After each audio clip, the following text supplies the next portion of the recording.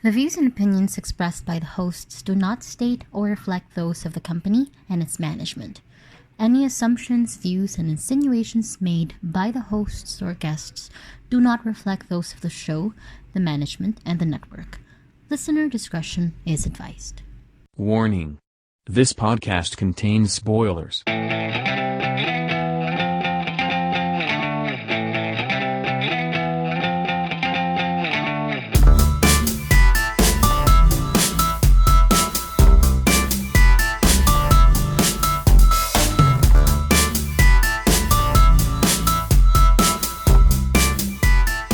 Third World Cinema Club.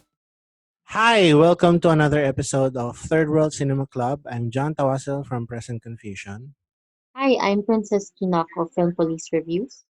Hi, I'm Jim of Jim Pelikula, Iba Pa. And I'm DJ Ramones of ReverseDelay.net. And hi DJ, we've missed you. Hello! Nagbabalik po. This is your, Yes. I think this is your first episode since March. Pero yeah. Yes. We're very happy to have you. Yes. So, Wow.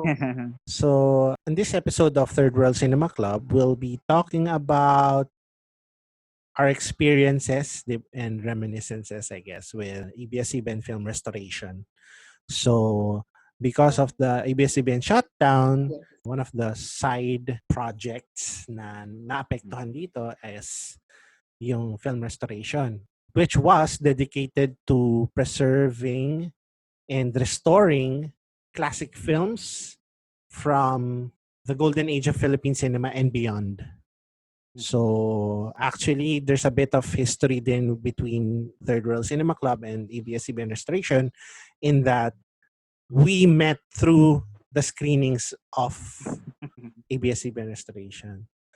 In a very real way, this club would not exist without them. Yeah. So, malaki yung utang na loob namin sa kanila.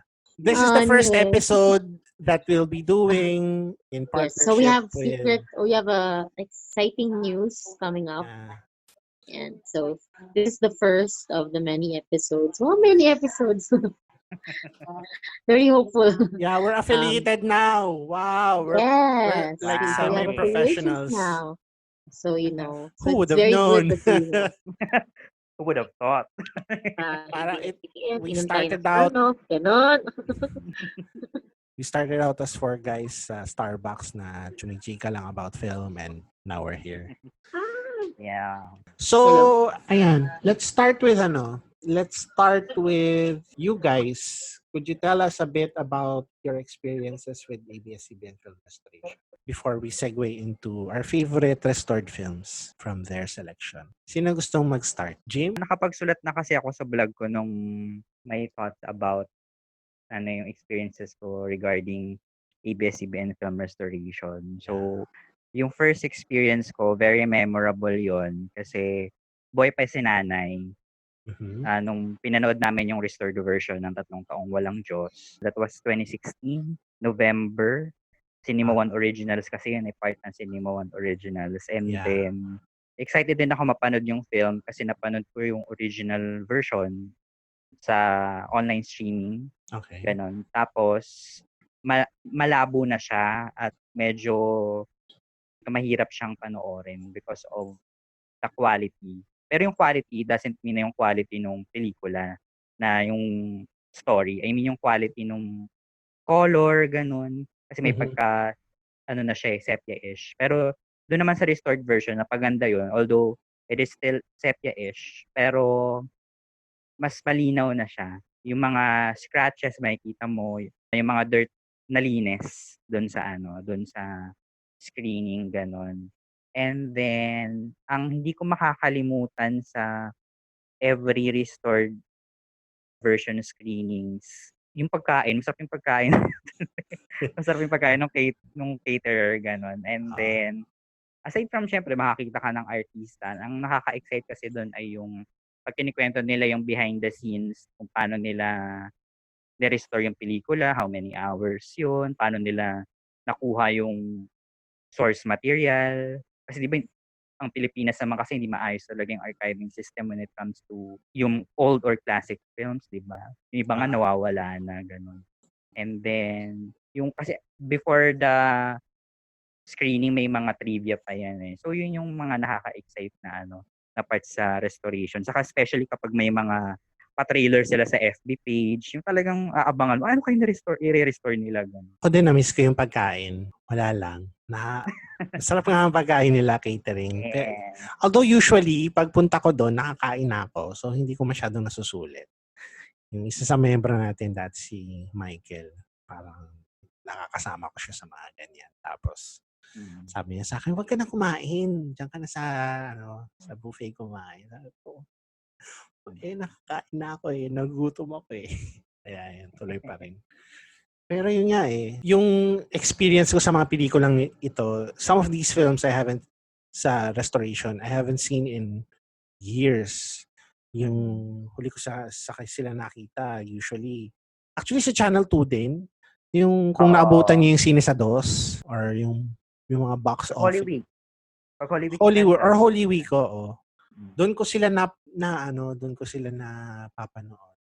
So, syempre, yung huli kong panood niyan is bata ako, so hindi ko pa masyadong na-appreciate yung filmmaking at play. Pero kung tingnan mo mabuti, especially for some of the other films dito na napanood ko with them, iba talaga parang mamamangha if you're not familiar with yung level of filmmaking nung dati, mamamangha ka talaga na sobrang galing.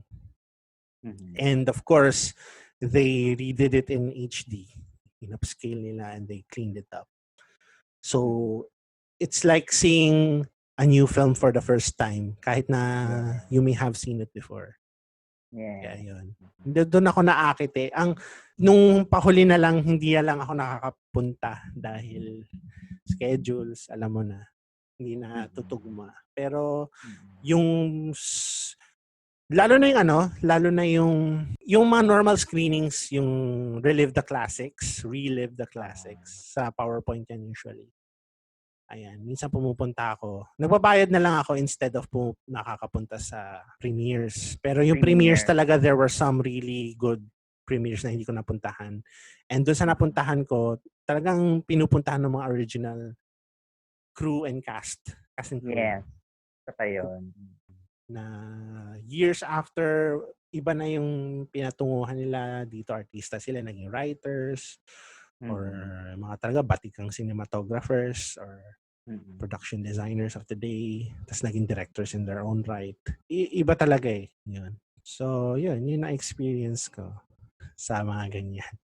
Ikaw, DJ, could you relate to us a few of your personal experiences with restoration? Well, for me, unlike you guys, hindi ako ganun kalawak yung mga napanood ko ng pelikula. Nito, yung mga luma. For some reason, nung bata ako, yung mga alam ko lang na lumang pelikula, yung mga Tito Vic and Joey, ganyan. Hindi ko alam kung bias siya na parang GMA 7 household kami. Hindi kami ABS-CBN household. Kaya itong buong restoration project na to, lahat na napapanood ko dito, bago talaga sa akin. Kaya, yun ang nakakatawa. And of course, parang, as you said dun sa intro natin na dito ako kayo unang na-meet. I think first time ko na-meet in person, karamihan sa inyo nung yung unang ko rin napanood na premiere ng ABS-CBN Restoration, which was for Danny Shalcitas. Nagalit ang buwan sa haba ng gabi. And yun, you've touched upon yung aspects na, ang saya parang they make an event out of these old films. Yeah. Parang bago ulit na nakikita mo lahat ng kasali sa paggawa ng pelikula, nararanasan ulit na mapanood sa sine. Pero more than that, siguro parang nandun din yung aspect talaga na yung sa mga nakakabata. Tayo mga nakakabata na, mga ganitong pelikula pala dati. Thanks to this project, nape-preserve talaga. I mean, yun naman talaga yung main mission ng project na hindi mawawala. Palagi yung sinasabi din sa mga reels, yung part ni Ricky Lee doon, parang maging tarotat na lang yung mga pelikula. Oo nga. Nakakuha pa rin natin mapanood sila. Kaya masaya. Yung isa ko lang din gusto sabihin dyan, parang, di ba mga pelikula, katulad naman ng kahit anong kwento, nagbabago naman yung konteksto palagi niyan. So, yeah. Iba yung konteksto ng mga storya na yun. Nung unin silang pinalabas ng 80s, 70s, iba rin ngayon. Kaya, nare-renew talaga yung mga pelikula. Not just in the physical sense na buhay ulit na mapapanood ulit yung pelikula, pero yung pwede ulit siya mapag-usapan in a new way na hindi siya not in the way that it was discussed before nung bago pa lang talaga siya. Yeah. Kasi din, I'm assuming yung mga films na to, ang dami ng sulatin tungkol sa kanya. Hindi lang mga chismis-chismisan, pa nga academic pieces of discourse. Lalo na siguro for films like Minsan Isang Gamo-Gamo, ganyan. Na it was about yung parang neocolonialism nung time kasi doon yung mga sinakop tayo ng mga ano pa tayo ng mga Amerikano, may mga military pieces pa rin doon. Pero ngayon, it can be used in different context kasi iba na yung quote-unquote sumasakop sa atin. Ganun. Or sarili natin na sumasakop sa sarili natin. Depende sa interpretation mo. Ganun, no nga. Pero yun. Princess, ikaw naman, last but not the least, could you tell us a bit about your experiences with ABS-CBN Restoration? Well, siguro nung nag-launch siya, nandun ako sa press release. Tapos parang na-surprise din ako ng slight na, wow, si ABS magkakaroon sila ng ganitong project, ganyan. Since fan nga tayo ng mga lumang films, so ako medyo nagalak ako ng bahagya. Kasi nga na parang wow, yung mga talagang super duper rare siguro na Filipino films na hindi na natin masyado napanood, papalabas nila, ganun. They never failed even from day one na i-restore yung mga pelikula. Kasi talagang mula sa sounds, mula sa colors, mula sa paglinis ng actual na print to the screenings na tipong pati yung relatives ng mga artista or ng production team, ini-invite nila. So parang kung ikaw yung kamag-anak nung nandun, feel mo talaga na parang wow, very accomplished pala yung person na to, ganyan. All because of them. So, kumbaga, yung experience, hindi lang siya surreal, naging real din siya for us kasi nga, we get to see the people who were there nung ginawa yung production, ganyan, for some of them actually. So, yun. Nakakalungkot kasi nga, parang these kinds of pieces, lagi na lang nakahalt yung production niya. So, either wala nagpa-fund or wala nanonood, ganyan. So, alam mo yun, parang si ABS kasi yung parang beacon of hope mo palagi na na since ang laki-laki nila, parang kahit na feeling mo walang manonood, may manonood. Kasi gano'n na yung impact nila sa tao. Yun. In a way, it's kind of like marketing at the same time. Hindi siya bad kasi yun nga, yung classic films, it marks something in history. So yung, kung i-list down ko yung favorite ko sa lahat na napanood ko sa Restoration, siguro yung pinakamagandang experience na nakita ko during the screening was yung sa Karnal. Although, na-realize ko na sa lahat ng movies yung, di ba trilogy siya? So, yeah. Hindi ko pala masyadong gusto yung Karnal. Pero, grabe yung experience kasi nandun yung tatlong main, pero yung namatay na si Vic Silayan, of course. So, yun. Unless may mag-Ouija doon, mag-Ouija board. So, yun. So, grabe yung experience spirit, kasi makikita mo talaga kahit sino ba yung babaeng medyo mataba doon, nandun siya eh. Tapos pati yung si Philip Salvador, of course, nandun siya nung screening.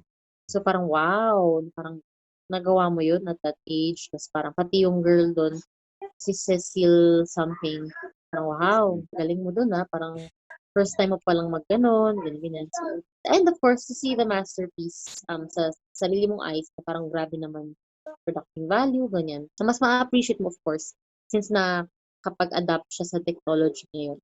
Nakakalungkot lang kasi since wala na budget for restoration, although may mga projects na daw sila in the pipeline, yung mga future projects nila for future restorations of films, wala na. Parang ano na mangyayari doon. And by the time na magka-funding ulit sila, if that happens, baka masyado nang degraded yung films to the point na hindi na siya pwedeng ma-restore. It's at this point na ina-expect ko sana mag-step in yung mga ibang organizations dyan. Yung talagang yung mandate nila is to preserve film. At hindi lang makipagtarayan about MMFF. So, Parang yan na yan ah. sana may Correct. ganun eh.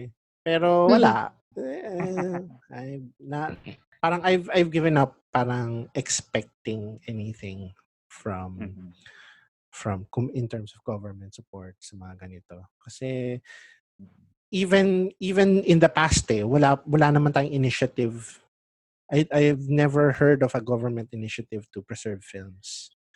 And siguro yung pinakaano na dyan, yung Sofia, pero I don't think was that government sponsored? I don't think so. Although yung mga ibang members nun were members of siguro the NCCA or such organizations, pero hindi ganitong level of concerted effort.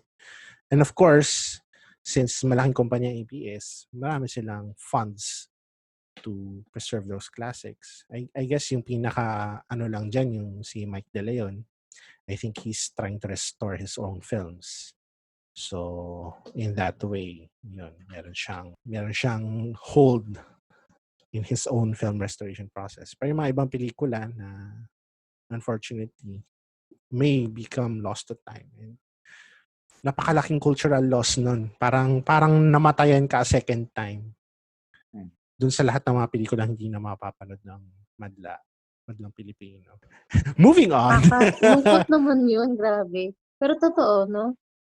Oo. Parang first time, I mean, ever since na nagkaroon ng shutdown, ganyan. Parang sad siya. Pero mas nasad ako nung nalaman ko sila yung the first ones to go. Ha? Parang gano'n. Papa, ha? Pati nga bantay bata naapektuhan eh. So talagang Kaya nga eh. parang inadvertently a new generation of kids na hindi nila alam ang kultura nila. Tapos yung iba abusado sila na wala silang mapatunguhan. Parang anong klaseng Pilipinas nagiging tayo ngayon? Hindi ko na alam. Ayun na nga, moving on. Punta tayo sa next segment natin, this very fun, entertaining episode. Could you tell us a bit? Naman, since wala tayong masyadong di ba? Yeah. Wala tayong masyadong panood sa sinehan kasi wala namang sinehan. Could you tell us a bit about your favorite ABS-CBN restored film screening and why? In like 5 minutes or less. So, Princess, ikaw muna. Yan. Ay. So, nasabi ko na si Carnal kanina, pero pinaka-fun talaga is yung Biyaya ng Lupa na saan kasama ko nanood si Rosa Rosal, 84 years old, naka-wheelchair, pero talagang matatas pa rin siya magsalita. Kasi I've never heard of Biyaya ng Lupa. Parang kay Jim ko lang ata na balitaan. Tapos sa mama-in-law ko na siya yung unang na-nominate na Filipino film for the Silver Bear. Tama ba? Aha. So, grabe yung experience kasi andun si Shasha Padilla kasi yung tatay niya ata, yung tatay nila doon. Yeah. Hindi. Itito niya. Isa sa anak ni Rosa Rosal. Isa sa anak. Oo, yung binata. Tatay niya pala nandun. Tapos yun nga, si Rosa Rosal, ganyan. Basta yun, yung may mga directors doon na batikan, ganyan. So yun. So very, very overwhelming experience kasi isa sa magandang ni-restore na film nila dahil black and white siya and maganda yung pagkakaproduce kasi nga nalaman ko na in reverse pala siya. Basta about the Lanzones part. Ganyan. So, yun. So, isa yun sa magandang experience ko in a way na akala ko ang kaya lang nilang i-restore sa mga 1960s, ganyan, or 1980s, 70s, ganyan. So, they can go beyond pala. So, yun yung favorite most. Tsaka tama yung pagkakalapat ng everything. May mga restored kasi na may mga kulang, ganun. So, yung dito sa Biyaya ng Lupa, complete package. Ayun. How about DJ? Ikaw naman. Your favorite screening na ABS film restoration? Screening, no? Hindi yung mismong pelikula. Pwedeng both. Or pwedeng whichever you want. Yung prepared answer ko kasi. Prepared din. Sige, screening na lang. Parang, ang saya kasi nung atmosphere. May dalawang screening akong pinaka-naalala. Yung isa was for Loves Kita, Okay Ka Lang. Aha, yun. Very cute. Yan. Dahil nandun si Jolen, saka si Marvin. Yay! Tapos nandun yung fans club nila. Yun yung I think yun yung critical element na Na. ang ingay nila. Parang Para kang nanood ng bagong pelikula, no? Tumitili parang nanonood yung- na bagong pelikula na fresh pa yung love team nila. Tapos habang pinapalabas yung pelikula, unang labas ng artistang paborito nila, sigawan talaga. na. Bawat linyahan ng mga character, titilian sila. Kaibigan mo lang ako. Tapos naghihiyawan sila. And similarly, parang ganun din yung nangyari dun sa premiere ng Hihintayin Kita sa Langit Yeah. with Don and Goma. Nandun din yung mga fans nila. Ganun din. Parang mga bitter to na hindi nagkatuloy yan ng love team. Yan, iba yung atmosphere. Parang nakakairata din sa totoo lang. Parang gusto ko lang manood dito ng lumang pelikula. Tapos ingay niya. Pero afterwards, mamimiss mo rin na, uy, buhay na buhay. Parang kahit 20 years plus na yung pagiging fan nila, parang nandyan pa rin sila. Kung parang, nandun yung parang communal experience of watching movies Yes, together. exactly. Jim, ikaw, yan, with your breadth of Natatagal yan. knowledge. Madami din pero tatlo yung remarkable sa akin. Nabanggit ko naman na yung isa, yung 3 taong walang Joe. Pero regarding the experience sa screening, even the movie, parang i-combine ko na siya. Dalawa, yung Ikaw Pa Lang Ang Minahal and then Bilanggong Berhen. Pero kung itatap ko, Ikaw Pa Lang Ang Minahal. Kasi yung with Ikaw Pa Lang Ang Minahal, napanood ko rin kasi yung original version sa home video naman. Parang kita ko yung comparison nung film kasi doon sa original medyo parang orangey. May ganun part siya na parang masyadong matingkad yung color. Minsan masakit sa mata. I don't know, maybe because yung quality kasi nung film kapag nilagay mo na siya with home video, baka nag-iba na siya. Kaya ganun na yung itsura, ganun. And then, remarkable siya sa akin kasi bida si Maricel Soriano and fan ako ni Maricel, ganun. Kaya talagang I was so excited nung makita ko pa lang yung trailer na wow, gumanda yung color, naging vivid, naging luscious yung color niya. Tapos, yung filmmaking kasi ni Carlos Seguinarena is unique. Kaya talagang inabangan ko siya nung pinanood ko. And that time, nung pinanood ko yung Ikaw Pa Lang Ang Minahal, kasama ko isang Sharonian. Pero kahit Sharonian siya, he appreciated naman yung films ni Maricel, ganun. Vlogger din yun. Meron siyang vlog na may mga video and then nilalagyan na ng criticism. Tapos ang trending kasi sa kanya yung mga film tips ni Maricel. So isa yung yung Ikaw Pa Lang Ang Minahal. Basta grabe nakakatuwa yung experience nun kasi syempre doon yung mga fans maingay. Pag may mga celebrity fans talaga yun, maingay talaga yun sa film screening. And then nakakatuwa lang pagmasdan kasi yung film was made 1992. So more than 20 years na yung film Pero with Ikaw Pa Lang Ang Minahal kasi, it's our remake or version of The Heiress. It's a 1949 film na pinagbidahan ni kamamatay lang, Olivia de Havilland. Based din sa novela kasi yun ni Henry James na Washington Square. Ganun. So, yun, saya lang nung na experience. With Bilanggong Berhen naman, first time ko kasi siyang mapanood and hindi ako fan ni Alma Moreno. So, na-intriga rin ako with the title, bakit siya Bilanggong Berhen.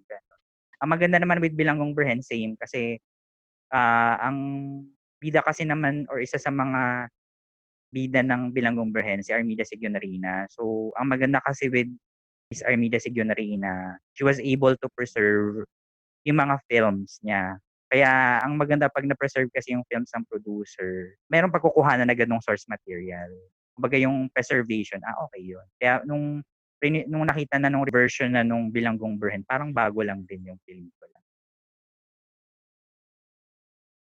So, I guess ako naman. Well, maraming mga screenings na masaya dahil nandun yung original cast, like yung kagaya ng kay DJ, nandun yung fan clubs, Hirap mamili eh. Pero kung ako, siguro pipili ng 1 or 2. Nagustuhan ko talaga yung screening ng Moral. Moral yung favorite ko sa Al Trilogy. Tapos, yung Kakaba-Kaba ba? Kasi it's a very lively na palabas. Comedy siya. Hindi kagaya nung karamihan nung nakita ko sa restored na drama or love story. Ganun. Tapos syempre, basta anytime na kasama ko kayo, ganun. Ba? Wow. Aray naman. Ang cute. Ang cute. Pahingising kwenta, ganun. Yun lang. Wala. Correct. Yun lang. Very short, lang. Syempre, to me, although I usually watch most movies by myself, it's still watching movies with yung people who understand yung passion mo for watching film is a lot better. May karamay ka. Or kung pangit yung pelikula, pwede nyo laitin together. Oo. Wala pa Or naman yung ganun sa isutulog, ABS. Pero, wala pa naman ganun. Wala pa naman. Wala pa na. Or habang manonood ka, tapos tulog yung kasama mo, ibig sabihin, hindi to maganda, ganon, no? Nako, may alam akong ganyan. Pero on that note, no, parang pag hindi ganun, pag may issues ka dun sa mga pinapalabas sa ABS-CBN Film Restoration, ang naririnig kong comment dyan palagi parang sasabi na lang nila na it's a product of its time. Yes, true. Yeah. Oo nga, parang common yung that's it's a product of its time. Because talaga in the 70s, 80s, even in the 90s, iba yung iba yung understanding natin on different issues, especially with siguro gender politics, iba yan. Yeah. Iba yung pamamalakad nun eh. Pati yung language yung type of language yung ginagamit in the old films, nakikita mo eh. So, to me, it's I mean, it's a valid criticism, but still, it's good to acknowledge that there was a time when this was done, to understand how they did it, para in the future, hindi na ganun yung gawin natin. Parang we move in a different direction. Parang it's about preserving our cinematic history so we can look forward better. So yun, basically, do you have any last words to wrap up our short episode? Any final thoughts about Film Restoration and all of those films that hopefully we'll get to watch one day? Siguro other films na hindi siya yung part ng anything na Sampaguita Pictures related. Pero di ba medyo mahirap yun kasi ang daming nawala na talaga to history na print. Yes. So if kaya nilang mag-unearth ng isang ganun, checking kaya naman nila. Any more thoughts from the floor? Ako naman, siyempre malungkot na nadamay ang ABS-CBN Film Restoration, 'di ba, with the political upheaval. And sana kasi maganda na yung ginawang initiative ng ABS-CBN Film Restoration.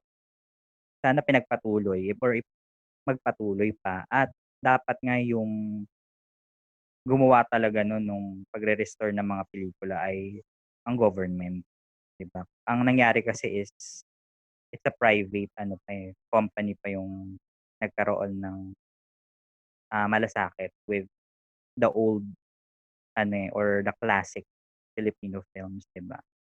Sadly kasi 'di ba itong mga classic or old Filipino films ay minsan wala na sa kamalayan ng generation or the Generation Z, 'di ba?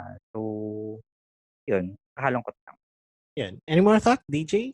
Same lang naman, parang sana ma-restore na rin yung restoration efforts. Actually, yun yung sasabihin ko din eh.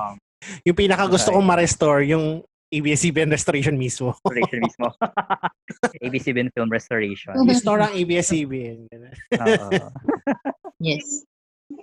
#i-restore ang ABS. Sobrang malaking kawalan. Tapos, kung talagang ayaw nyo ayaw niyo na ABS-CBN, ibalik. Parang at the very least, take over. Parang save naman the films they were trying to save. Parang ang laking kawalan talaga in terms of cultural heritage, in terms of our history. Ang dami eh. We pride ourselves for being one of the oldest cinematic like cultures in the world, actually. Pero we're not actively trying to save it eh. This was one of the few like organizations that at least was trying to preserve it for future generations. Pero tingnan mo kung ano nangyari. Talagang in the middle of a pandemic pa talaga.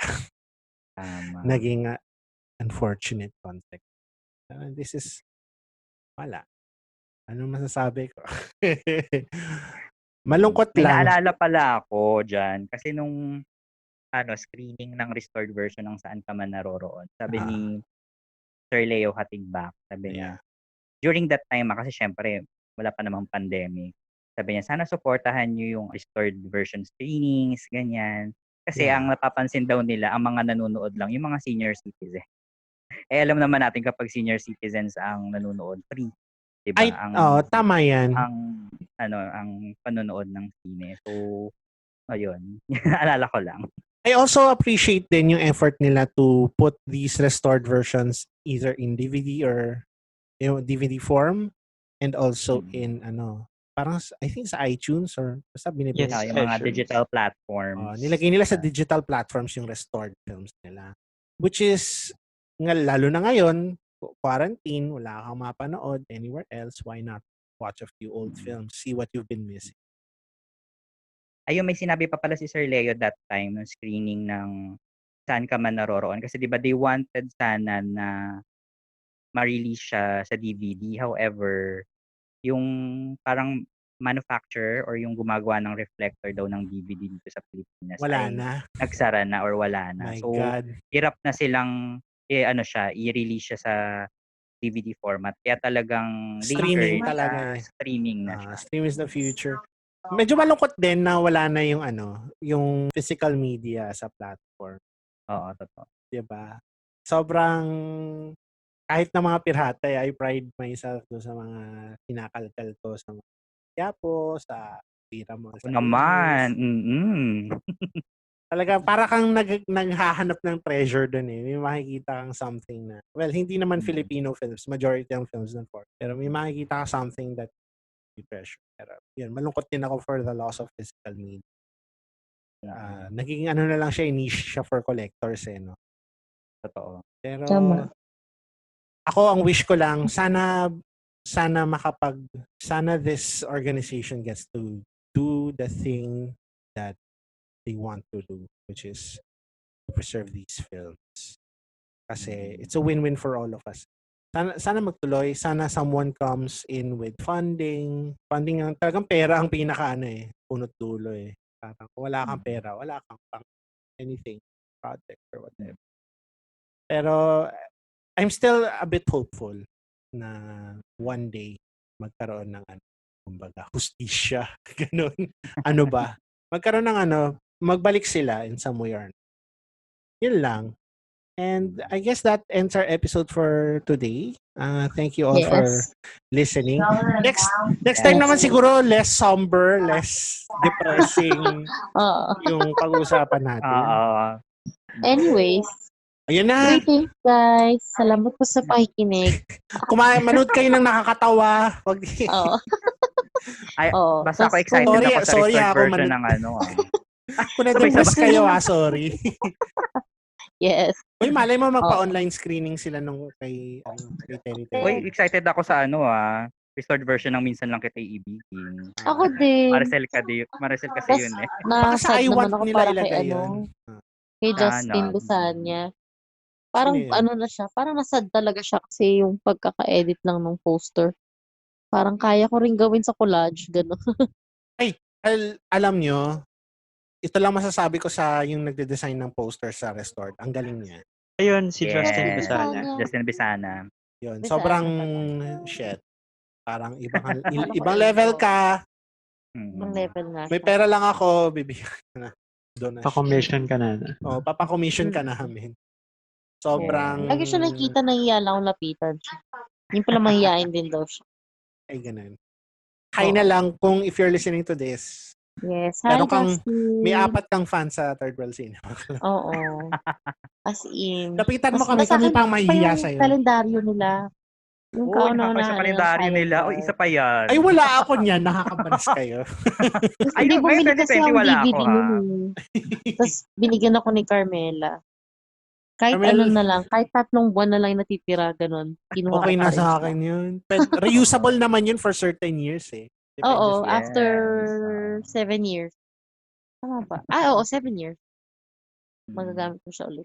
O sige na guys, matulog na kayo. Anyways, thank you for listening. Yeah. Kaya muna kayo, Yes. our dear listeners, kasi medyo depressing to episode. Oo, medyo ano na kami ngayon. This is a Bye. morose, Na-overwhelmed, ganon. overwhelmed. Ayun. So, until next time, hopefully under happier circumstances. Mas mga Yes. Kaya nga festival para masaya. Festival. May festival ba na malungkot?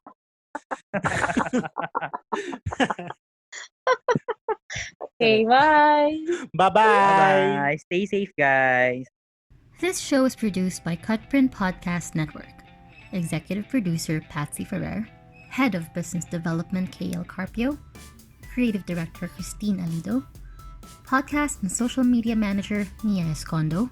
Sound Engineer Erica Santa Tomas. To advertise, email us at podcast@cutprintproductions.com. Third World Cinema Club.